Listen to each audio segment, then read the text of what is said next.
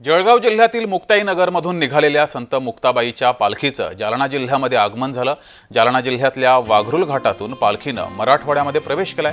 ज्ञानोबा तुकाराम आदिशक्ती मुक्ताईबाईचा गजर करत भगवी पताका हाती घेत ऊन वारा पावसाची तमा न बाळगता मराठवाड्यामध्ये ही पालखी दाखल झाली आहे। आदिशक्ती संत मुक्ताईच्या 318व्या मुक्ताईनगर ते पंढरपूर आषाढी वारी पालखी सोहळ्याचं 6 जून रोजी संत मुक्ताई मूळ मंदिर येथून प्रस्थान झालं।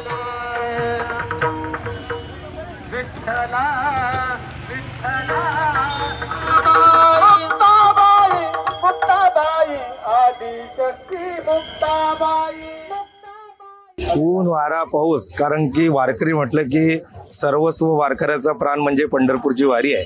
कोणत्याही प्रकारचा ऊन वारा पाऊस याचा विचार न करता केवळ आणि केवळ फक्त आईसाहेबांच्या समवेत आपल्याला पांडुरंगाच्या दर्शनाकरता जायचं आहे।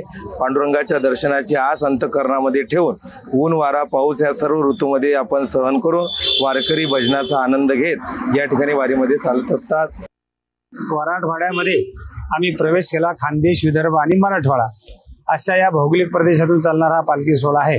6 जिल्ह्याचा प्रवास, 317 वर्षाची परंपरा, 600 किलोमीटरचं अंतर आणि अतिशय 7ही मानाच्या पालखी सोहळ्यामध्ये एकमेव श्री संत म्हणून आदिशक्ती मुक्ताबाईंचा जो उल्लेख आहे त्या पालखी सोहळ्यासोबत असंख्य वारकरी आणि शेकडो दिंड्या परंपरेने पंढरीरायाच्या विठुरायाच्या दर्शनाला जात असतात।